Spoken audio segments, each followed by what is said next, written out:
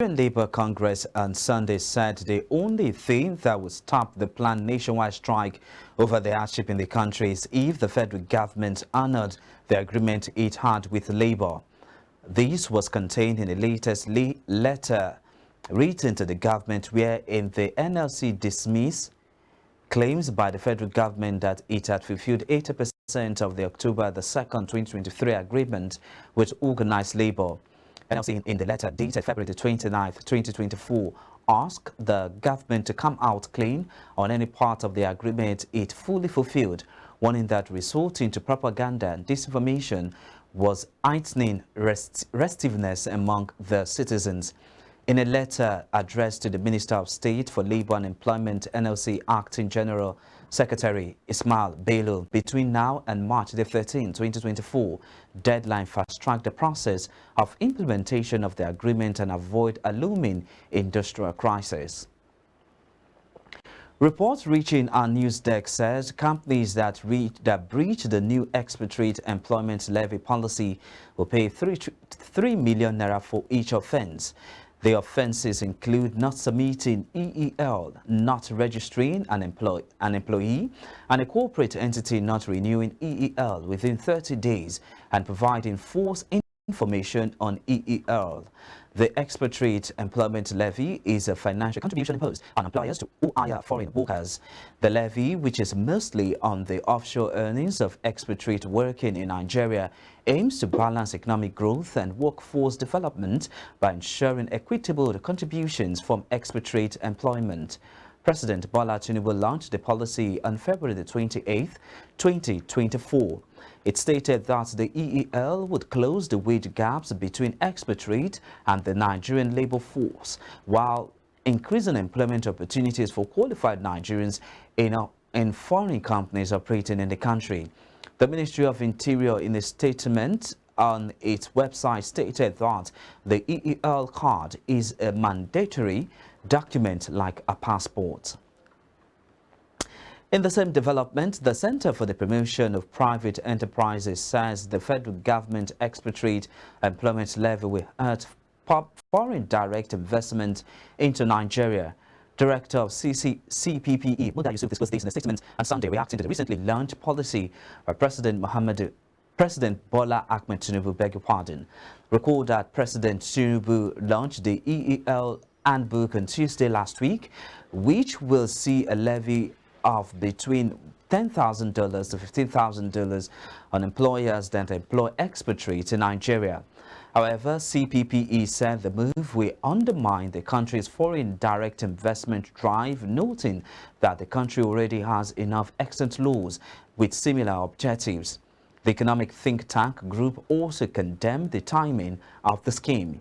It appealed to Tinubu to review the policy to avoid hurting genuine investors. The Minister of State for Health and Social Welfare, Dr. Tunji Alausa, says the federal government plans to send some medical personnel abroad for training in certain specialties with a view to checking medical tourism, enhancing research. Alausa said the Federal Ministry of Health was working with the National Postgraduate Medical College, Ijanaking, Lagos State, towards the plan. The health minister spoke in Lagos on Friday during the investiture of Dr. Peter Egbe-Igbe as the 23rd president of the National Postgraduate Medical College, Ijanaking. Speaking during his address, Egbe-Igbe lamented the dwindling earnings of medical professors and consultants compared to their counterparts in the Middle East. He noted that major reason medical professionals in the country migrated abroad was for economic reasons, while calling for urgent economic interventions. The Lagos State Internal Revenue Services has issued a formal notification to all individual taxpayers, including self-employed individuals and employees under the Pay-As-You-Earn scheme, to file their annual tax return on or before March 31st, 2024. The executive chairman, LIRS, Ayodele Shubal, announced these in a statement signed by the head corporate communication, Musurat Amansa Oyelude, on Sunday. Shubal was quoted as saying that the move was in compliance with the stipulation outlined in the Personal Income Tax Amendment Act Cap, page 8, 2011. He further stressed the importance of adhering to the deadline, urging all individuals taxpayers, including self-employed individuals and employees under the payee scheme in Lagos State, to fulfill their obligations by the stipulated date to avoid penalties and other statutory consequences.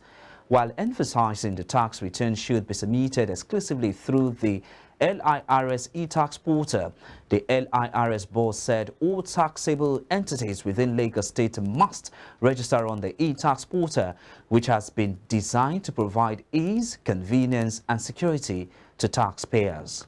On the news now, the management of the Nigerian Customs Service has raised a panel to examine circumstances surrounding the stampede and the casualty reported at its former zonal office in Yaba, Lagos State.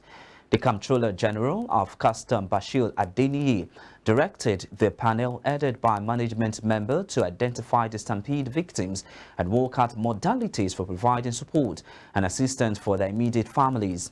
In the same vein, the NCS has suspended the exercise to commiserate with the families of the deceased. At the same time, officials have returned to the drawing board to fine-tune strategies for resuming the exercise without each. In a statement on Sunday in Abuja, the National Public Relations Officer Abdullahi Maywada said the NCS would thoroughly investigate the stampede and tidy up loose ends. About 7 persons died in a stampede during the distribution of the rice last week. Hundreds of protesters in the Senegalese capital Dakar have called for elections to be held before the end of President Macky Sall's term on the 2nd of April. Mr. Sall sparked youth protests when he postponed the last month's election and failed to announce a new date. On Saturday, protesters from opposition parties and campaigning groups called the president a dictator and demanded the release from prison of opposition leader Usman Sonko. Delegates taking part in political crisis talks last week, which were organized by the president but boycotted by the opposition, recommended holding elections in June. And now to the foreign scene. Nikki Haley has defeated Donald Trump in the Republican primary in Washington, D.C. This is her first victory over the former president in the 2024 campaign to become the Republican presidential candidate. She lost in South Carolina, her home state, but she is still the first woman to win a Republican primary in U.S. history.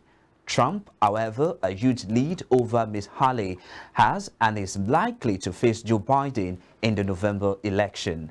The BBC's U.S. partner CBS reports that Ms. Haley will receive all 19 Republican delegates who were up for grabs in Washington, D.C., giving her 43 delegates nationwide, well behind Donald Trump's 247. Ms. Ali, a former U.S. ambassador to the UN, won 62.9% of the vote to Mr. Trump's 33.2%.